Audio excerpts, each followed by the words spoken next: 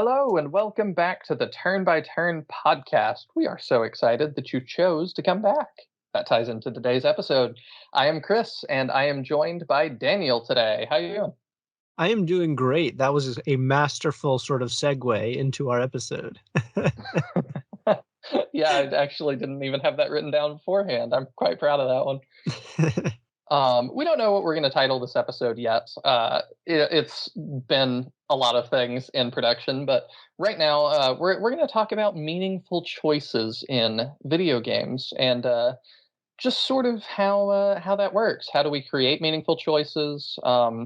Games it's worked in, games it hasn't worked in, and yeah, I think we got to start with definition of terms because that's what I like to start these weird conversations with. So I say, how do you get a meaningful choice? Well, I think a choice is something that has consequences that manifest in two possible ways in a game, and that's either plot or gameplay. So what is a choice? It sounds weird to define these things, but I do think it's important. So, for this conversation, I'm defining choice as an input needed from the player that results in a consequence, either positive or negative, that wouldn't have happened had a different input been applied. Are you happy with that, Daniel? Yep.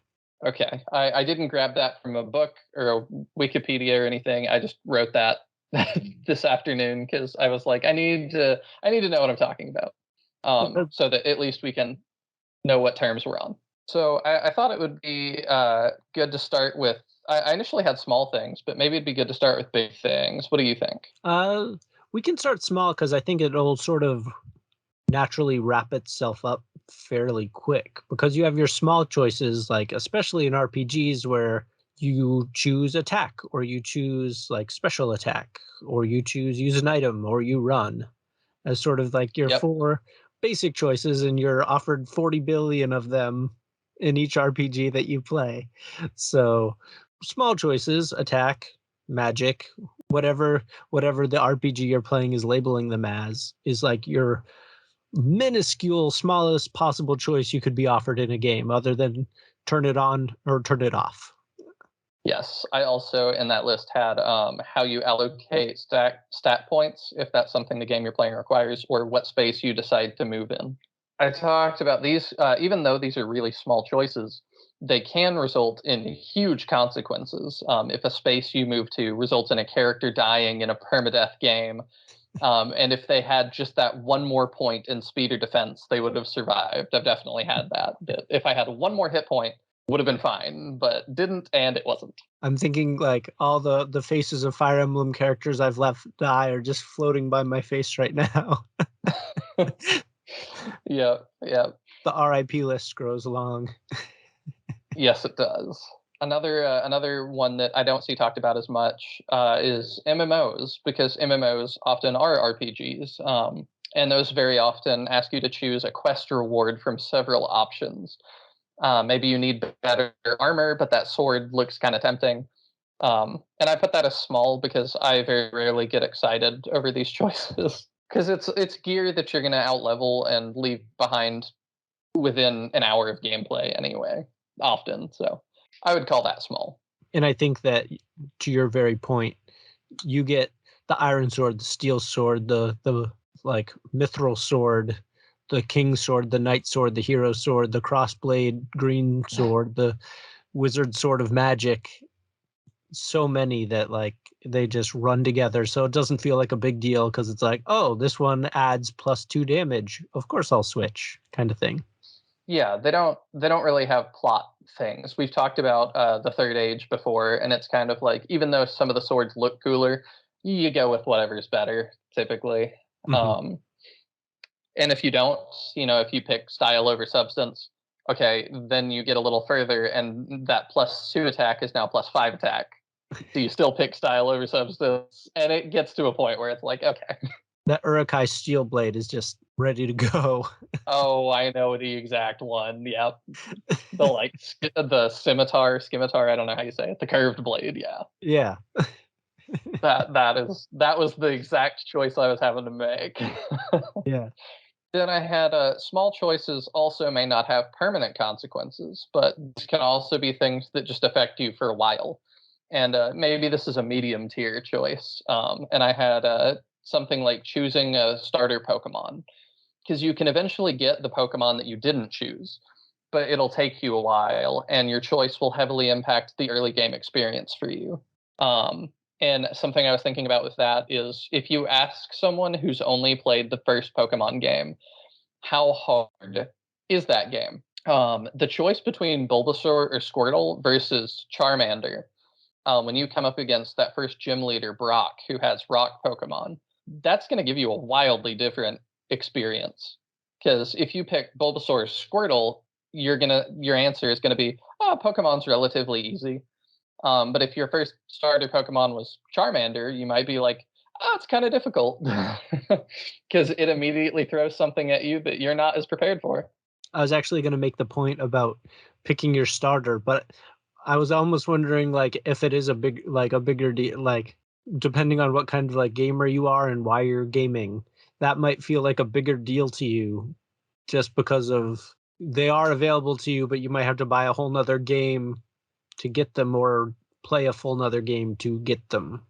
So, I was keeping in mind that on like the online trade network, you could eventually get the other ones, and uh, really, it doesn't take you very long because people start flooding those really quickly with starters because they know that it requires another game or another file. So people are pretty good about flooding the online networks with starters. So you can get the other one relatively soon. But if you wanted to get it before the first gym in the modern day, it would still that would require more grinding than I think your average player would do. But yeah, if you go back, especially before the modern games, then yeah, you do have to make that choice, and that will require a separate game and Game Boy to trade over if you really want to do all that, and that'll be quite a time investment. Not that I haven't done it because I absolutely have multiple times, but that just made yeah. me feel ridiculously old because I have no idea what you're talking about.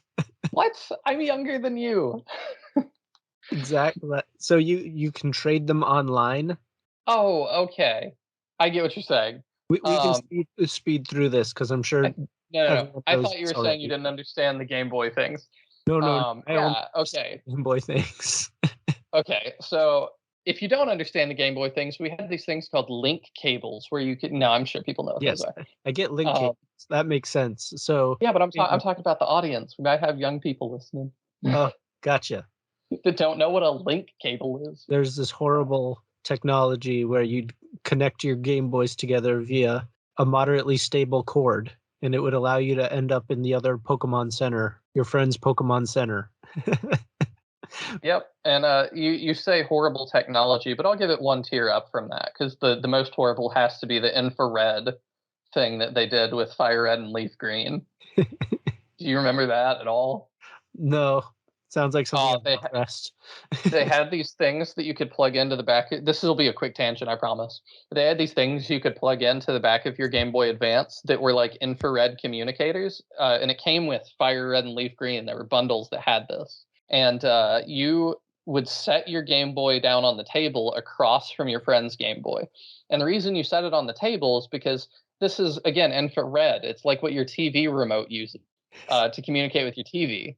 So to say that it's finicky is an understatement. It's extremely finicky. So you've got to set the Game Boys opposite each other and not move them. And then wirelessly it will trade you can trade and battle back and forth. But it always was very finicky. The cord was definitely a step up from that. But also nobody's parents bought them the official Nintendo cord.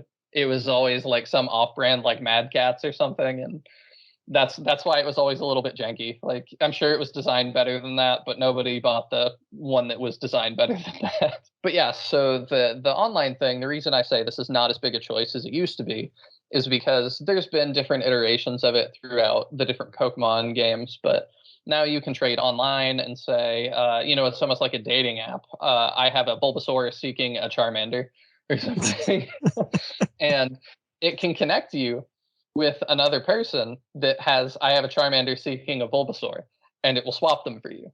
So you can find deals like that. Hmm. Or My favorite iteration of it was the Global Trade Network in Diamond and Pearl. I think it was Diamond and Pearl had a random server, and you could put a Pokemon in there to trade for something random back, and everybody was doing this. So some people would put things in that were worthless. They'd catch the bird that starts at the game. I forget which one that was.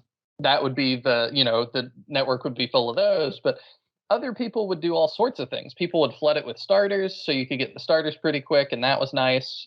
There's always those exclusive Pokemon that are on one version but not the other. People would make sure to flood those in so people could have the other Pokemon from the other version. And then you had the people that had action replays and were hacking and would flood it with things like shiny legendaries and stuff, and that was always fun.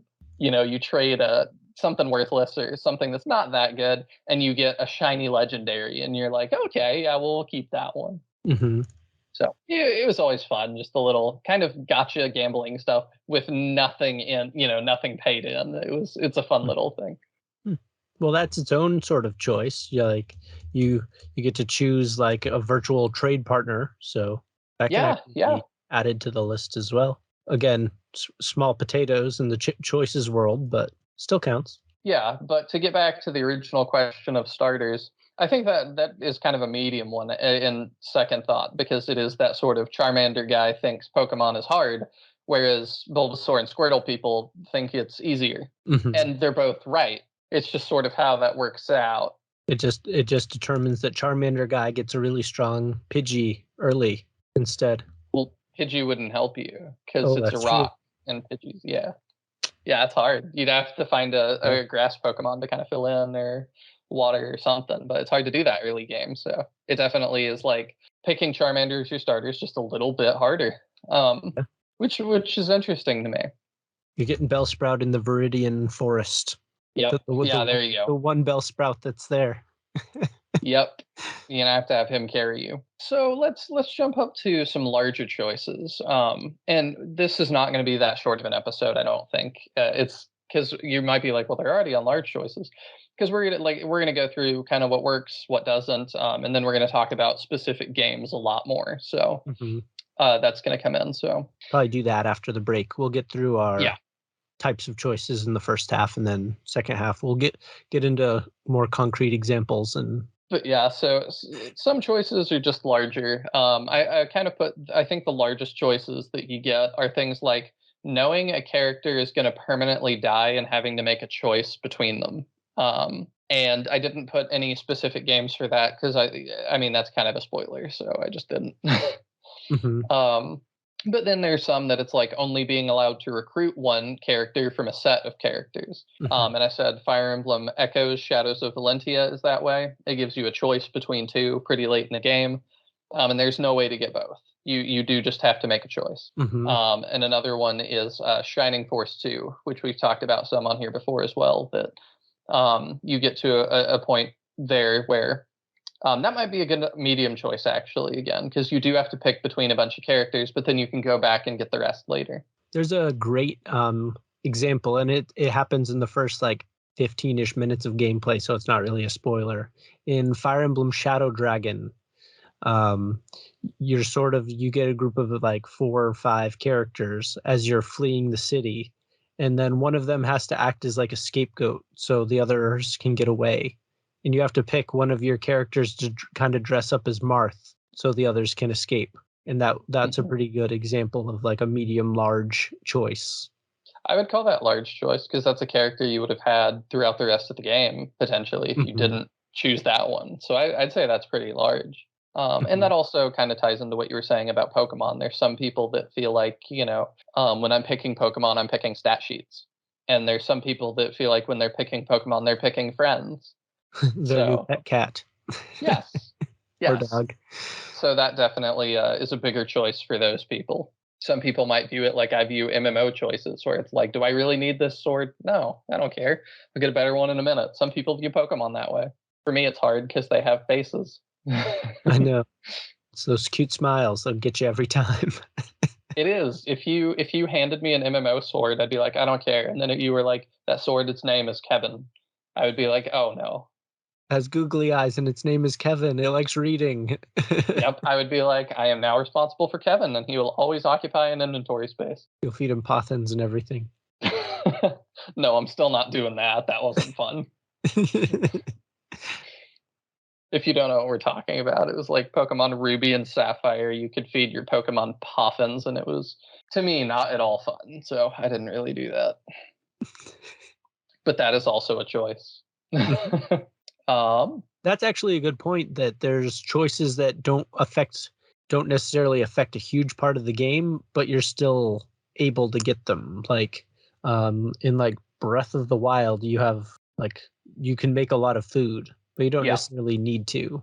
I never did that, but some people, I've heard there's a Breath of the Wild cookbook now. So some people really took that to heart and Yeah. became Hyrule's greatest chef. And I love that for you. I'm so glad you did that, but I would be very bored. Skyrim, you're choosing to do side quests or not. I mean, is it a choice in Skyrim? Yeah, Skyrim might not be the best example. No, it is a choice, but that is also, to me, what that entire game is comprised of. That's true. But so like the choice to do all 700 side quests or just do like 4 or 5. Yeah, and even then, there's big choices in that you can't do all of them in one run. If you join the Stormcloaks, you cannot join the Empire. You've got to make a choice between those. And I would love, if you want to hear more about that, I'll refer you to our Skyrim episode as a shameless plug, because I think it's funny. Because we talk about that choice there. But there's still plenty more choices in even what that constitutes winning that game. You know, I think you kind of decide that for yourself. You can get the credits to roll, but like, I don't know anybody that stopped when the credits rolled. But I definitely know, and I myself don't really play it anymore. I kind of had my own set win conditions and fulfilled those. Some games, I was going to talk about some of the failings with some games claim to be all about choices. You know what? That has to come after the break.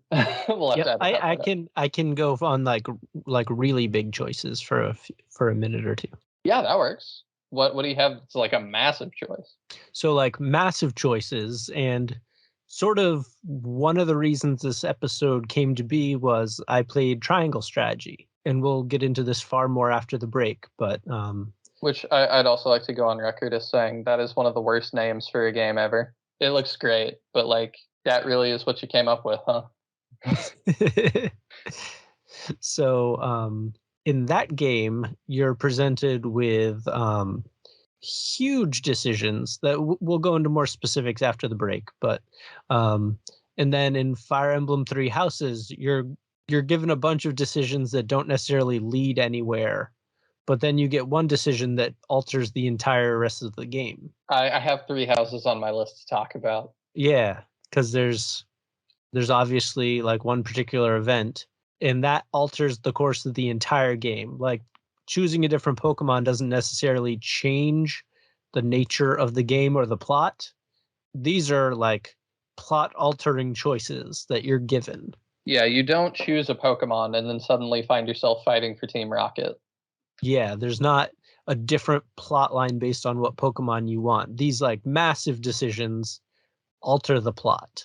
And kind of what I want to get into after the break is, how do you deal with that tension of when you're first picking up a game and you haven't read all the online discourse and every spoiler guide that exists? Like, how do you make that decision without knowing its impact? Whether it's killing Edelgard, does that affect the story or does it change it? Like, what are indicators that the choices you're making aren't going to be a huge decision versus if they are? And how true. I also wanted to get into marketing a little bit, because some games are marketed very heavily on your choices really matter. We got hit with that a lot during Fire Emblem Fates, Shadows of Valentia, and Three Houses. This is sort of a new adopted, I feel like, slogan for intelligent systems. At least it was for a while. Your choices really matter. And I got some questions about that. Do they? And then, so how about we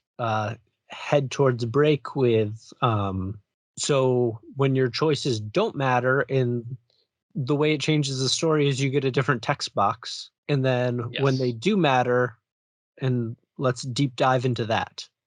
Yep, and we'll keep things spoiler light. So stick around and don't worry if you haven't played the games we're talking about. We'll keep it pretty spoiler light. Yeah. So how about we cut it there, and we'll be right back. Sounds good. Bye.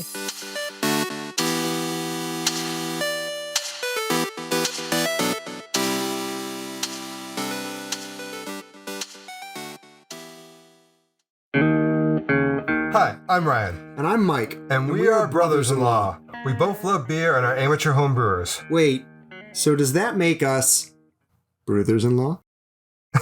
I believe so. Every episode, we will talk about aspects of beer and home brewing. But nothing super technical because we're learning this too. So join us as we sit down together and dive into something beer-related. Whether it's a little field research, tasting a certain beer style, or beers from a specific brewery, talk about our experiences brewing beer at home, including our own solo brews, as well as themed competitions we'll set up along the way.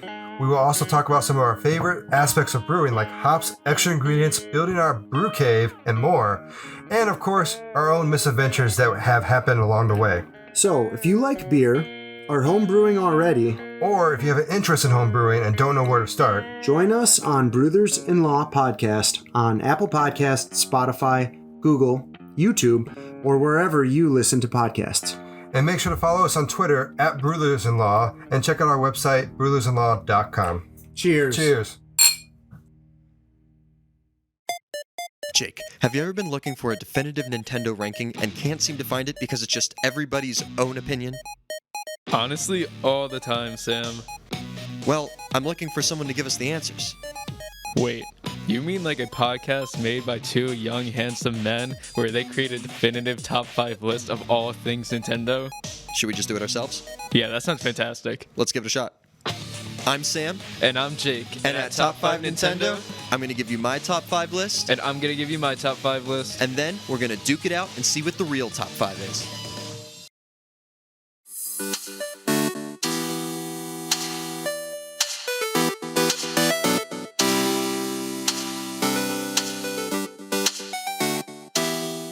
All right. Welcome back from the break. I hope you enjoyed those ads. You should definitely check out those shows, unless the ads were not for shows, and then disregard that. But I'm glad you're back. Yep, we're back. Now let's really get into the meat of this. So, some games claim to be about choices. This is where I wanted to go with this. And some of those games, I would posit, there are no choices. One that is synonymous whenever we're talking about choice in gaming, even though it's not an RPG, is Telltale. And I think Telltale tells really great stories, as their name implies. But I don't think that they have choices really at all. And the reason I say that is because every choice that they present the player with leads to the same outcome, both at the end of the game, but also on a more micro level. If a character dies because of the choice you made, if you go back and make the opposite choice, they may live, but only for about 30 more seconds to another minute or two, and then they will die anyway. When it's a character's time to die, it's their time to die, and that's it. So that I find really kind of frustrating. Because it definitely does not feel like you have choice or that your choices matter. Some BioWare games I wrote have this same problem as well.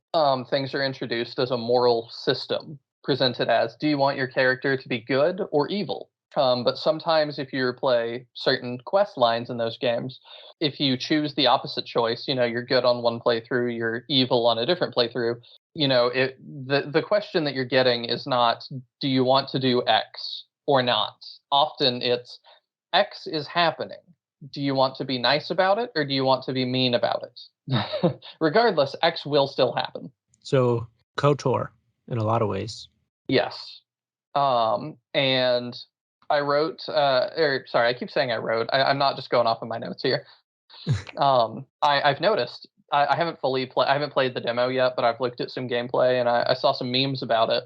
The new game, Fire Emblem 3 Hopes, is being a little more honest about it. But it also looks laughable when you see it presented honestly. I don't know if you've seen this, Daniel, but So there's bandits in a stronghold, and one of the characters says like, "I don't think those are normal bandits." And then the camera pans to the player-controlled character, and you get two dialogue options. And I quote: "The top one says, 'Wholeheartedly agree.'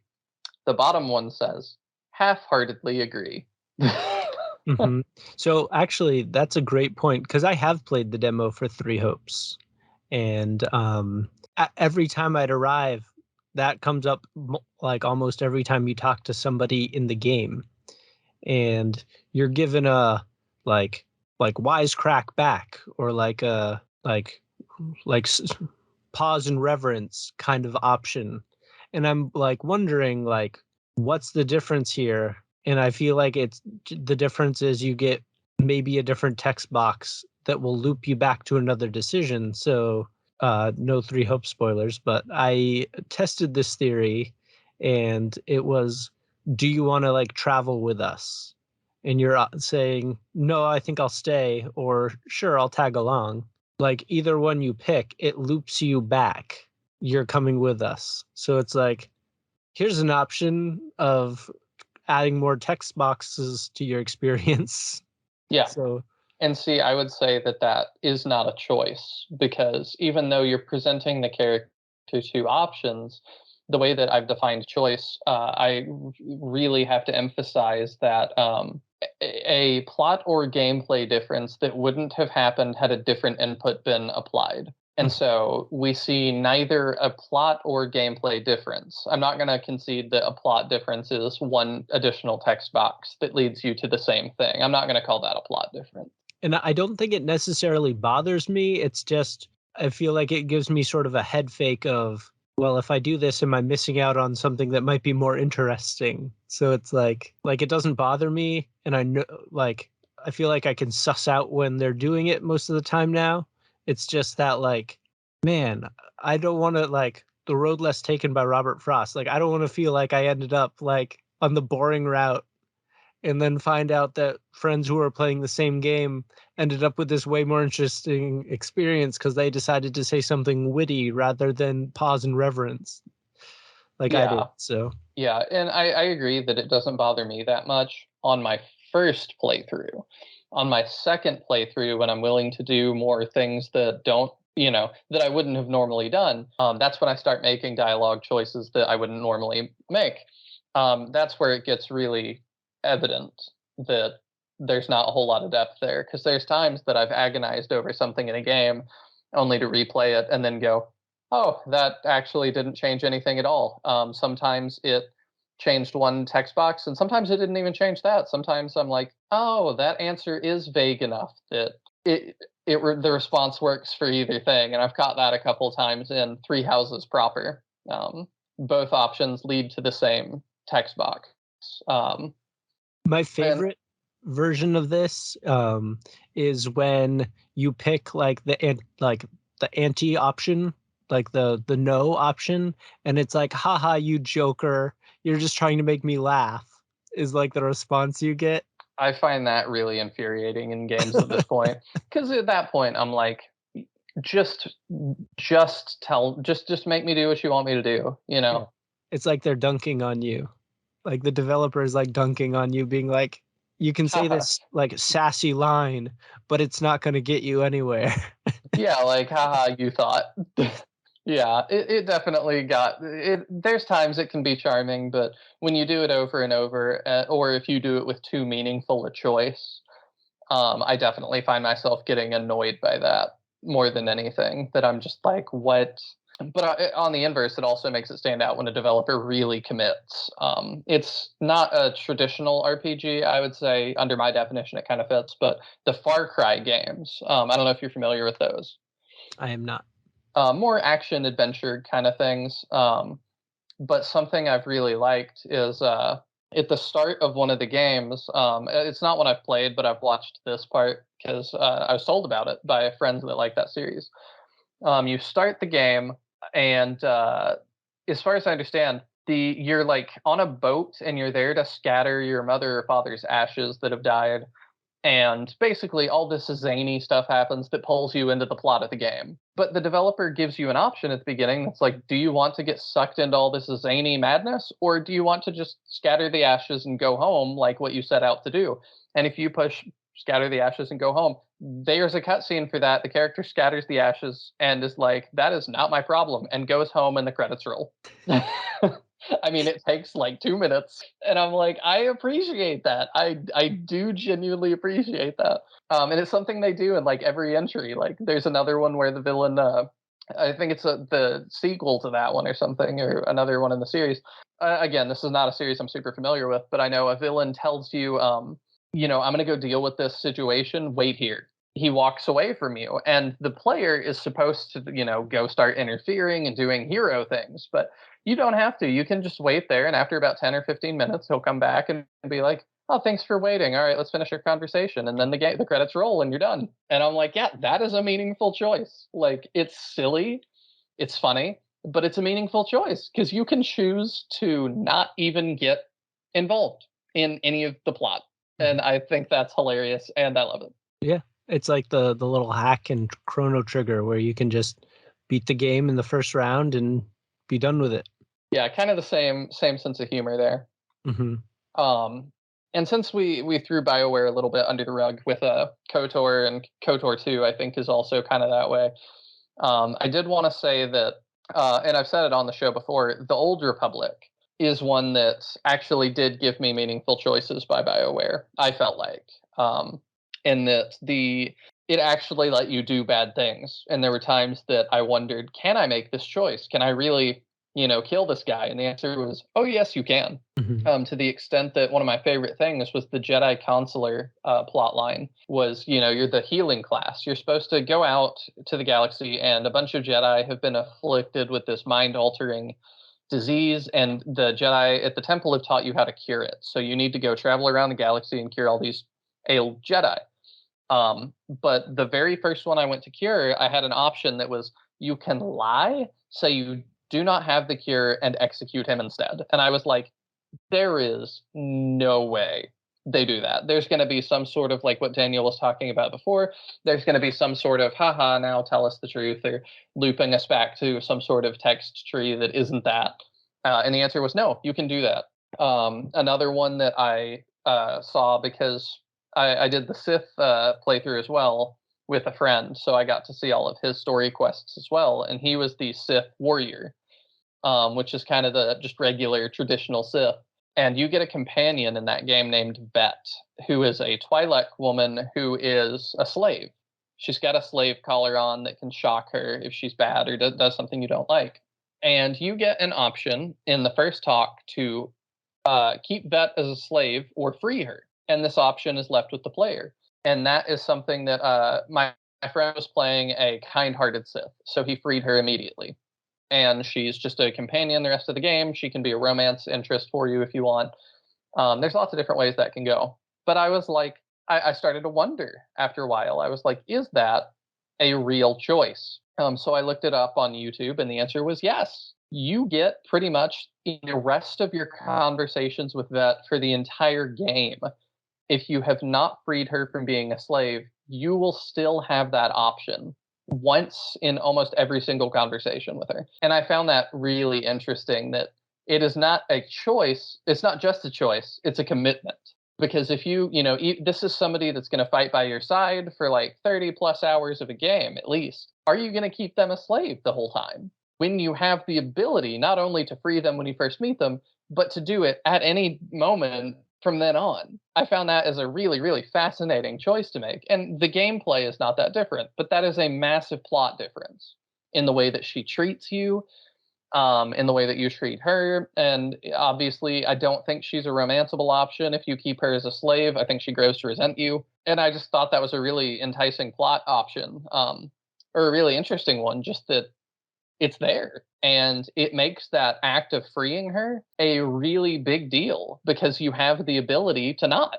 That is just something I don't see in many games, is a moral conundrum of that scale, that you can rectify the situation at any point and the player has to choose not to if you don't want to.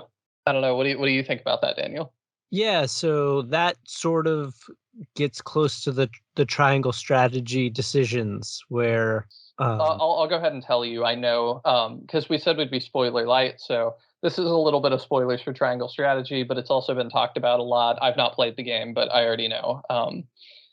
So skip ahead a little bit if you don't want to be spoiled at all on Triangle Strategy. But so getting into that, I am aware that there's an option at some point that there are slaves, and you may free them or you may not. I want to do like a full triangle strategy episode at some point because we won't nearly cover like a tenth of what we probably should in this conversation.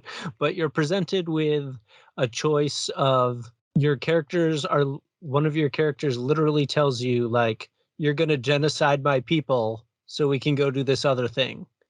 And then you have to like convince your comrades and your other team members that you should let these other people be like have like a genocide performed on them while you go do this other thing so you can become a mighty king or pursue other options. We won't go through every single option, but that feels like an incredibly heavy choice to ask of me as a gamer. Yeah, and I'll throw you under the bus a little bit. That's how this started because Daniel was messaging me like, I just want to relax, man. Some of the things they're asking me to do, I don't know. I don't want to think about that. Yeah, so I love the game. I think the game is amazing and tons of fun. But sometimes I really enjoy characters in games. So frequently dealing with choices about whether they live or die. Yeah, so your three choices are utility, self-preservation, or morality, or justice and equality. Okay, So, wait. Okay, so morality is justice and equality. yep. Okay. See, I didn't know that, and that's really interesting too on the part of the devs that it can be really hard to decide what makes a choice because you also, when you have a binary like KOTOR, let's say, where you have good or evil, or let's say the Old Republic, it does get into that sometimes. That I was playing a pure evil Sith, so I was fine with the extremes, but it also gets a little bit hard when it's like, this guy stole $1 million. Do you want to let him go or execute him? And you're like, is there nothing in the middle I can do? Mhm. I don't want to execute him, but I also don't want to let him go. But it's interesting that the triangle strategy people, the devs, thought, that's what goes into making a choice. So I want you to say them one more time if you can. So it was morals, which was justice and equality, self-preservation, and what was the last one? And utility. Utility. Interesting. So if you want a full, like, quote unquote evil playthrough, you probably want to go full self-preservation or utility or Yeah. something. But it's interesting that it gives you kind of the option to weigh those as a player and decide what balance of each of those three is important to you. Yeah, so basically each chapter, you and your party are given the scales of kind of justice. You're given three options essentially, and you have to sway the characters in your party to go with the option you want them to do. And they also, as characters, all have their preconceived ideas of what you should do, right? Yep, and like how you play the game and like how much effort you put into finding like talking to people will reveal more information. So like you might find some information that will make characters think more morally about a topic. And you get a chance to so there's like a judgment time where all the characters will get together and it's your job to kind of sway them in the direction you'd like them to go into. Yeah, and it's really hard to. I think it says a lot about Triangle Strategy that it was able to make you feel stressed about these choices because it's really hard, I think, to nail that where it feels like there is an actual choice that you have that has some sort of consequence for this world. Yeah, so to kind of summarize it, since you've played Three Houses more, the decision to like kill Edelgard that triggers like the time skip. On my playthrough that I have finished was Edelgard's route. At the end of that, you get to decide if you kill Claude or not. I definitely was like, I paused. I was like, do I want to do that? And then immediately I'm like, what are the ramifications of this gameplay wise? Like, if I kill him, will it let me? Will there be a scene where he's like, haha, I escaped. You almost caught Captain Jack Sparrow. Or will he actually die? Will they let me make that choice? Or, will it route me back to some other tree? Haha, you're joking. That's funny. Now I'm leaving. And that was one that I was a little disappointed by, because the spoiler thing is that it doesn't really matter. If you kill him, if you let him live, he exits the story and does not come back. Mhm. And I still appreciate them that if you do choose to kill him, it does let you do it. But either way, he's out and he's not coming back. And so I was kind of like, it didn't feel like that had a consequence too much. I mean, that one is more up to the player, I think, if you think that's a plot consequence or not. You just have to live with the knowledge that you did that or you didn't. And then the fact that he doesn't come back either way maybe even makes it a worse choice or a harder choice, because if you kill him, then you just feel even worse. Yeah, so with Triangle Strategy, you're making that big decision every chapter. So you're having these like judgment times of deciding what you're going to do every chapter. You're meeting with your team, trying to sway them to the option that you want them to. And if you haven't gotten enough information from different like NPCs or plot points, or like reading bookshelves or different things, you're not going to be able to sway those characters in the moral or utility or self-preservation way you'd like them to. And those decisions do matter and do change the story. So the stress. Do you feel like it significantly changes the story? Certain ones more than others, but yes. That's fair though. That's to be expected. Not everything can be that. Yeah, a lot of it is leading to different character reveals. Like you learn more about different characters depending on how, and your recruitment of characters. There's characters that you won't get if you're playing a fully moral route, or if you're playing a fully like utility route or self-preservation route, because there's characters that won't be interested in you because of the decisions you made. I like that. That seems pretty interesting and kind of realistic too. I think that's a good way to do choice. Like a good natured character is not going to want to work with you if you're a self-preservationalist just looking to kill everyone and be king. So the stress of it was coming from, I know this is going to affect the game, but I don't know how. So like, I don't know if it's the best idea to kill the prince right now. I really have no idea. So how exciting though. Yeah. Like it sounds sarcastic, but I'm serious. Like how exciting to not know. I know it is exciting and it's a really fun game, but it's just like, wow, these decisions are heavy. It sounds like it, and I definitely can't wait to get into that one some. Yeah, you need to play it. So I think this is a good time to transition to marketing and it not working out so well. So two I wanted to talk about. I wanted to start with another one that's not a traditional RPG, and that is The Last of Us 2. Because that game's been a weirdly large talking point for some reason, and I don't even fully understand why. I know it has its fans, it has its detractors, but I've never seen The Last of Us as like a pillar franchise. Something that I did notice was it was marketed as having really stressful choices, and that's something I do like, so I looked into that. And one of the things that the devs talked about was like having the main character kill dogs. And something they did to make the player feel more stressed was that if you kill a dog, like if somebody sends out a dog to find you and attack you and you've killed the dog, then the owner will call out their name and look for them and be sad that they're dead. I talking to friends that played the game though, I was like, do you feel terrible? And they're like, no, I don't, because you're not giving me any choice. You're putting them in front of me like a generic, RPG enemy and saying, kill this thing. So I do. And then for you to immediately try and hit me with, well, don't you feel bad? It's like, no, that was not a choice that I made. So it was kind of the like we talked about keeping Vet as a slave, or what Daniel was talking about with the I almost said three houses, the triangle strategy, the genociding people or to do other things, or I'm assuming spending a lot of resources to try and help them those make you feel bad because those are choices that you get to make, and you have to live with that. Mm-hmm. And you don't have to wonder, did I make the right choice? In a game like The Last of Us, the answer is that was an enemy. It attacked you. You killed it. Yes, you made the right choice. That was it. Mm-hmm.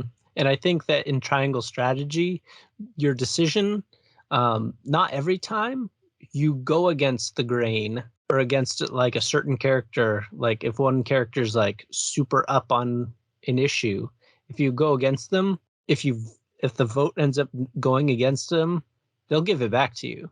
They'll let you know that you aren't making the right choice.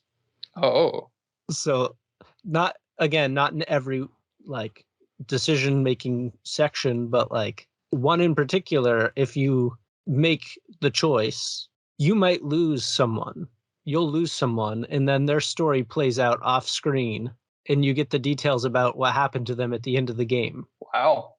So like not only are you having to like make the choice, you're having to make the choice and deal with the consequences of your choice like immediately, because they're shouting at you. How could you be so stupid? Or like you're an embarrassment to your parents kind of thing. Wow. But that's good. Like that's how real people react sometimes. Like, Yeah, it's an amazing game. Don't think I'm like bashing the game in any way. It's just like, oh, it oh, doesn't come across that way. this is heavy, because I know definitely want to do a full episode on that in Three Houses. It's Yeah, just really I'm just fascinating decisions.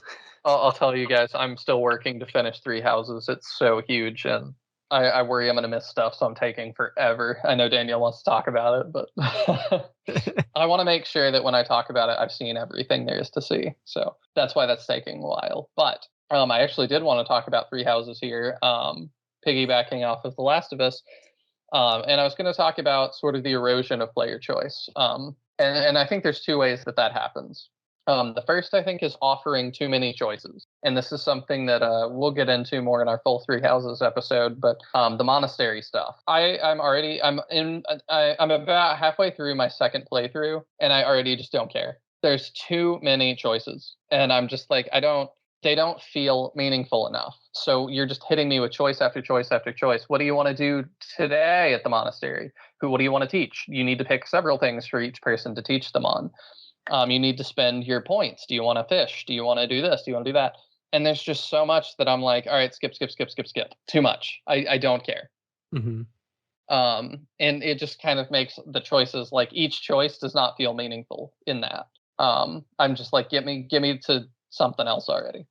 I don't know. But I also, made sure to note some people really enjoyed the micromanagingness of that and controlling every little thing. Some people, that is what they live for. I think it's like Sims.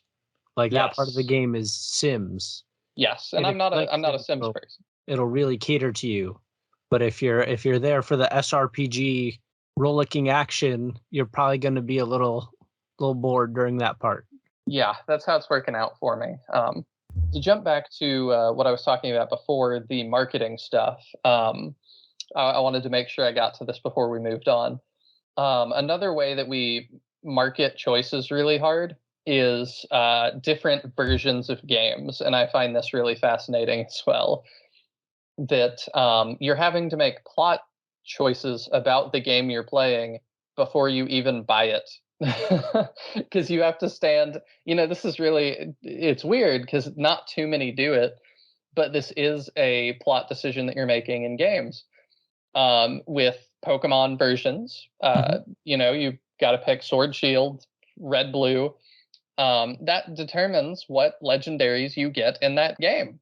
Not in Red and Blue, I don't think, but Ruby, Sapphire, it starts being that way. I guess from Silver and Gold on, that there's legendaries that you just won't get, and it changes which legendary is doing what thing. So I found that really interesting, and it was also another really weird one. I know I talk about it often, and it's because it's such an odd game, and I think it had so much potential, but I have to jump again to Fire Emblem Fates, having different versions like Pokemon, but it was entirely different stories. Like, and you made this decision standing in the game store looking at the covers. I found that so odd. when you get to chapter 6, they ask you what decision you want to make, what you care about, your birth family or your adopted family, what's important to you. But most people, I assume, bought the version that was the thing they valued or the characters they wanted to go with already. So it's weird that they acted like most people had a choice. Um, and they did make a version of that game that was a limited edition that I bought. And wow, that was hard to get a hold of, and it'll cost you literal hundreds of dollars today. But it had all 3 possible choices on one cartridge. But I'm like, it's really weird that a game that touts being all about choice, you've got the extra version, the collector's edition, the limited edition, is the only one that has those choices available by default. I found that very strange. Do you have any thoughts on that, Daniel, for making decisions in games at the store? I know that you're at least a Pokemon guy to some extent. Yeah, the immediate for a second I was like, where's he going with this? And then Pokemon immediately jumped to mind, and then you said it. So it all fit together really nicely. But yeah, I think that's the best example that I can think of about that. How do you feel about that? It's one of those things that I don't think Fire Emblem will do it again because it didn't go very well. I think we all kind of agree on that at this point. But Pokemon will always be able to get away with that. Mhm. And it kind of feels like nothing else could, but Pokemon can because they've always done it, and it's Pokemon, and we love Pokemon. It's adorably Um, quirky. yeah, but I'm like, it's very odd. I mean, they even showed with I think it was Brilliant Diamond and Shining Pearl that it was the same file. There's just a flag that is stripped in the game based on what it's supposed to be, but it literally is the same file. They are both on the same cartridge. Mhm. I thought that was really fascinating, and it's something that I'm like, again, do I give Pokemon a pass for this? I don't know. There's people that enjoy it, like, and at the end of the day, it's like, why did they do it? Money, obviously, but there's people that like it. There's people that get very attached to their color versus another color, and it does add meaning for people. So I'm like, do I want to see more of that? No, no, I really don't. But if Pokemon wants to keep doing that till the end of time, I think that is what it is, and Pokemon will keep doing that. Though I do hope that they continue to make a third version at the end that has, kind of a definitive version, because then we get preservation and all that. But I've talked about that in other episodes with me being concerned about game preservation. But and the other way I said you can erode player choice is having choices but having a correct answer.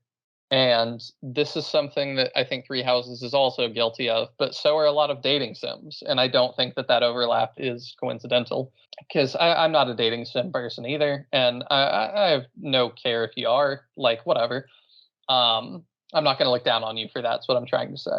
But I do think that it is a little bit, it's a little counterintuitive to the whole choice idea again with having an objective right answer. And that's something I notice in Three Houses with sometimes students will come to you because you're a professor in that game. I wasn't very clear on that. That's why you're teaching people. You're a professor teaching a school of up and coming nobles and common people that want to be warriors. And sometimes students will come to you and say, "How should I solve a problem?" And you get three options. There's a little help box, and there's an objective right answer to each of these. And sometimes a guy might say, "I find myself getting into fights a lot. What should I do, professor?" And your options are like, "Well, just hit the other people so hard that nobody wants to challenge you, and then you won't get into fights anymore." Option 2 might be, "Have you tried talking out your differences? Maybe you should try to solve things with words." And then option 3 will be, "Maybe you just shouldn't go out anymore." Mhm. And then, the kind of teacher that I am, I might say, "Well, you should try to sort things out with your words and only say violence is a last resort." But the character that you're talking to is very, very headstrong and does not like that answer. So he will not respond well to that, and you don't gain anything. But if you tell him, "Yeah, just hit people so hard that people are afraid of you and then they won't fight you," he likes that answer. So he gives you points for that. And I'm like, okay, now we've boiled this down to, again, is there really a choice? Because it doesn't affect plot, and the only one thing is correct for gameplay. And it makes it so that there's a problem that you really are only going to approach from one angle. Solve things with your words. It's like I said, it's the same result as me saying, don't go out anymore. So there's a little teeny bit more to it. So there's like the no answer, the positive answer, and like the middle answer. So technically there's only one wrong answer, and you sort of get like half credit for the middle answer, and then the positive answer gives them like the full stamina for training, and it also boosts your what's it called? Like interaction, like your relationship with the character boosts if you happen to pick the answer they want you to tell them rather than the answer that you should tell them. So there is a little bit of a sliding scale to it, but not much. You're pretty spot on. That's for the tea party, though, right? That's for when they come to class and ask you. Oh, I was talking about the help box. Exactly. Like the little priest you go talk to, and he's like, there's a submission in the help box, and he reads you a letter that's supposedly anonymous, but you can figure out who it is. From the shadow figure that's very obviously Caspar. See, you even knew who I was talking about. Yeah, I know exactly. I've played it like 6 times. I know everybody. That's true. But yeah, to me, that's something that dating sims, I've heard from friends that are more into that has been something that's been popping up in that genre a lot as well lately. That's like, the idea is to woo all the girls or boys and make them fall in love with you. From an ideal game design perspective, and I recognize fully this is way harder. You would want to be able to be yourself and sort of achieve that through being yourself. There'd be multiple ways to win someone's heart with different attitudes and different things. But instead, it's just sort of, okay, there's an option that gets you points, and there's options that don't get you points. So you need to always say the thing that gets you points. And it ends up being really weird that you're playing this character that to one person is the bad boy, and to another person is the nerd, and to another person is the jock. And it's like, okay, but really what the role play aspect here for the role playing game is that you're supposed to be playing a role, but you're not really playing a role. You're just answering the right answer on like a test, essentially. So that to me definitely was also a erosion of player choice. I'm looking here. So the next one I wanted to jump to is absolutely massive consequences. I had a coworker at one point that he played a lot of games that I didn't know anything about, which is rare. I don't know everything, but usually if you hit me with, have you heard of this game? The answer is yes. But I can't even remember all the games he played, but the thing he loved more than anything was massive consequences in games. And the way that he put that to me was, it has to be super high stakes. If he's playing an MMO, if your character dies, he wants that character erased. And he wants that for himself too. He wants like it to be permadeath, you lose everything, you start over. And that's the kinds of games he likes. He likes MMO PvP stuff that was super hardcore like that. And I found that really fascinating, that's what he needs to get immersed in a game, is that there has to be consequences of that scale, because then it feels real to him. And I thought that was really interesting, because I'm not that way. Like, if I built a house on a Minecraft server and then you burn it down, I'm like, oh, well, that was wasted time. Why did I do that? But that is what he lives for. At one point in Triangle Strategy, and I don't remember the full context of this scene, but I was searching for some evidence for something, again, keeping it vague for spoilers, and I wasn't able to find evidence. So I thought the game was sort of setting me up to not be able to find evidence, and then like kind of giving up was the way forward. And what ended up happening was the evidence was there and I missed it. And I got to watch like a 2-minute version of all my characters dying, and like I'm pretty sure it ends in like a graveyard or like something really crazy. That would be your massive consequence, where it kind of walks you through how quickly you die after the fact. Yeah, but the way he played games, he would want that to erase your save file and that be your end. I'm not a monster, but Yeah, but I also am like, I'm just not that. I'm happy for you to have those options, but I am just not that hardcore. That'd be rough because I was like 3/4 of the way through the game. Yeah, that would be rough. That's like Game Boy. Like a lot of the Game Boy games, you couldn't save, so Yep. you'd be playing like Mario, and you'd be on level 12, and you'd die, and then you'd have to start at the beginning. The invention of saving has done a lot for games. Yes. Understatement of the century. Yeah. The last thing I want to get to, I know we're starting to get a little bit long here, was to me one of the worst feelings too is having your choices be undone. And I don't think this happens too often, thankfully. But Mass Effect, we're bringing in BioWare again. I've got a friend that is super into Mass Effect, and I've played them as well, but he is like really into it and has played each one multiple times to see what happens. And some things he pointed out to me was like some spoilers for the end of Mass Effect 1 here. If I assume you don't care, Daniel. Nope.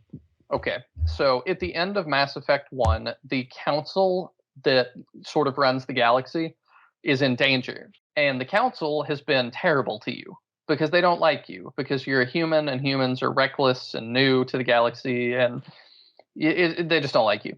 So you get a choice on, do you want to save the council? Do you want to try? And if you say no, the council dies. And you can kind of usurp control, and humanity becomes in control of the council in Mass Effect 2 because your choices carry over. So that's a pretty big deal. But as far as I understand, it's not carried over to Mass Effect 3. So you've been doing this story that's unique to you, and if the whole council dies and humans usurp control of the council, when you get to Mass Effect 3, the people that died are now there talking to you again. And I was like, yeah, that feels bad. And I didn't. I did. I think choose to save them. I think I played Renegade mostly, but I did choose to save them anyway. So I didn't end up seeing that. But I see why that feels pretty bad for the people that did do that. And another that I did see was in Mass Effect 2. You have the choice to. This is not really a spoiler. You work with an organization called Cerberus that is definitely morally questionable, but everybody in the Mass Effect universe is kind of morally questionable. And kind of your analogy earlier of Robert Frost, the path less traveled. I was like, I'm gonna work with Cerberus. I'm gonna be the Cerberus guy because I don't feel like that is something that's done very often. And I think they're interesting, and I want to see more of their side. So I played and was pretty loyal to Cerberus. Kind of did what they wanted, and they get really extremist too. But then again, like everybody does. But so I kind of end that game still being kind of loyal to Cerberus. And then in Mass Effect 3, that is another plot line that isn't really carried over. They just kind of assume, yeah, you didn't have a good relationship with them. So we're going to continue that not good relationship with them. And I'm like, but I had a good relationship with them. So it's really weird that they're now antagonists of this game when they were not. That doesn't make sense for my story. So that kind of brings us into our final point that I wanted to talk about, kind of to sum this up and bring it to a close, which is you have to be realistic with the best way if you're an indie dev listening to this, because I know some of you do. The best way I think you can put choices in your game is to have a limited scope and realize what you're capable of, because even people like BioWare are not capable of everything, clearly. I mean, there's some things from Mass Effect 1 to 3 that I think is lack of attention to detail, and not just resources, but that also kind of factors into resources, that if you're going to have 60,000 different little plot things that you want to carry on, there's got to be a guy whose job it is to keep track of that. And that's really hard. It can be really, really hard to combine all those things together and make it come out consistent at the end.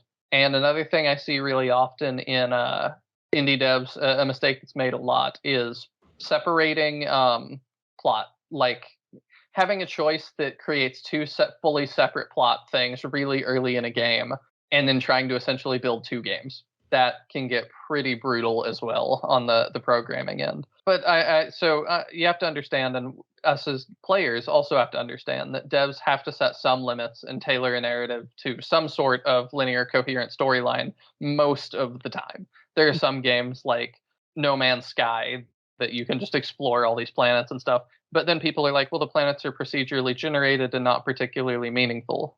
So if you want meaningful choices, it's going to take an author, a writer that's human at some point to make those decisions and make that a meaningful story for you. But there's still some games that push the envelope. So how do you create the question at the beginning? How do we create better choices in games? Create important stakes is the very first one. Mm-hmm. And it doesn't always have to be gameplay. It can be a plot thing. And if you've written a good plot, that'll move me as a player. Another really big thing I think that helps, especially indie devs, don't have voice acting. This is something that when I see voice acting in a game like Three Houses, I'm like, okay, so we can only get so crazy then. And that's kind of maybe a hot take, that it's like, people are like, oh. But the reason I say that is voice acting means you have to have it all decided and written early enough that you can get voice actors in to record lines. And then voice acting is expensive, as it should be. You should pay people for their work. If you voice act literally everything, you're going to have to pay for that. And that's going to add up. And that's true for AAA studios. The biggest voice acting achievement, I think, in history for gaming is The Old Republic. And I'm like, that had insane amounts of money put behind it to make that possible, to have every single line be voiced. Because not only that, there's translations. So if you want to do that in every language, it gets real expensive. But I'm like, it took a studio like BioWare and LucasArts at the time to make that happen. And I think part of that was that they just wanted to wear that as a badge of honor, that we have the biggest voice acting project of all time. But it's not realistic for most people. And there's middle grounds too. Get people to voice key lines if you can. It's just all about resource management.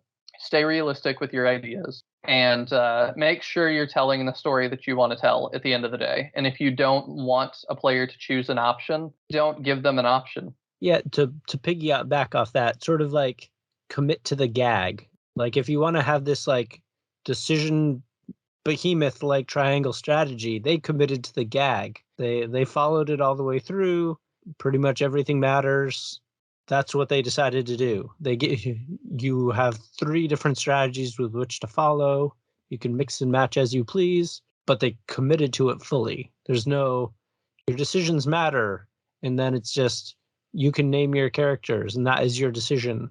It's not like there are 2 decisions in this game that like alter the course. Yeah, that one I've heard even is more dialogue than gameplay sometimes. Yeah, but more. It's like that's what the game is making those decisions. It's a visual novel in a lot of respects, which maybe that's an episode at some point too. Yeah, commit to the decisions, or if they're not necessary, don't worry about it. Yeah, and that's not to say don't give small decisions. Small decisions are usually good if there's not too many. But if you're going to say, you can, your dog looks like he might be starting to get rabies, you can kill him or you cannot. Don't have both of those be the same outcome. Don't hit me with something like that. Something emotionally heavy like that, and then make it not matter.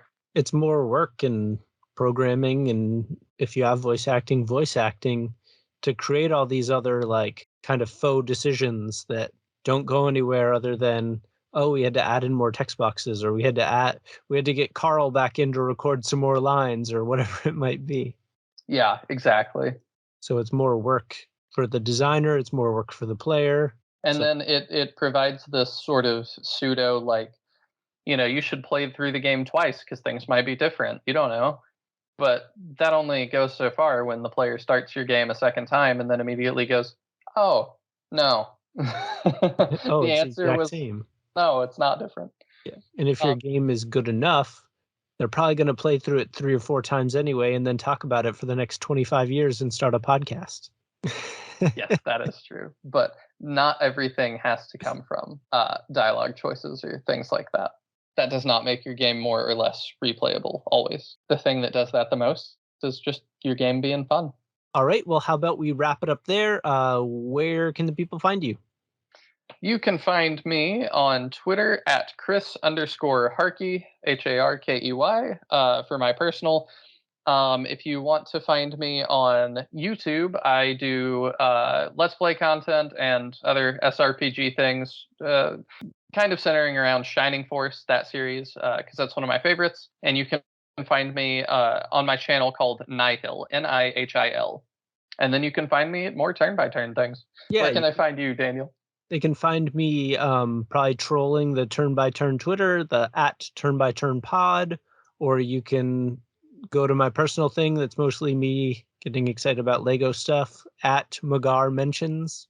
I don't think I really tweet much, but I'm more on the turn-by-turn one, talking video game stuff with different people. But you can certainly check out my personal one if you so choose. And that sounds good. Thank you, everybody, for listening. Oh, and make sure to like, comment, and subscribe on all your other things for Turn by Turn. So Spotify, iTunes, Apple Podcasts. I don't even know the full list anymore. YouTube. I do read YouTube comments. I make sure to go do that. So same. And let us know what you think of decisions in games. Yep. What is a good comment would be, what is the most meaningful decision you've had to make in a game? What's the one that you maybe saved and came back to, you slept on it, or kept you up at night? Let us know which one you're still thinking about 20 years later, or 10 years, or 2 years. Perfect. Thank you, everybody, and we'll see you soon. Bye. See you next time.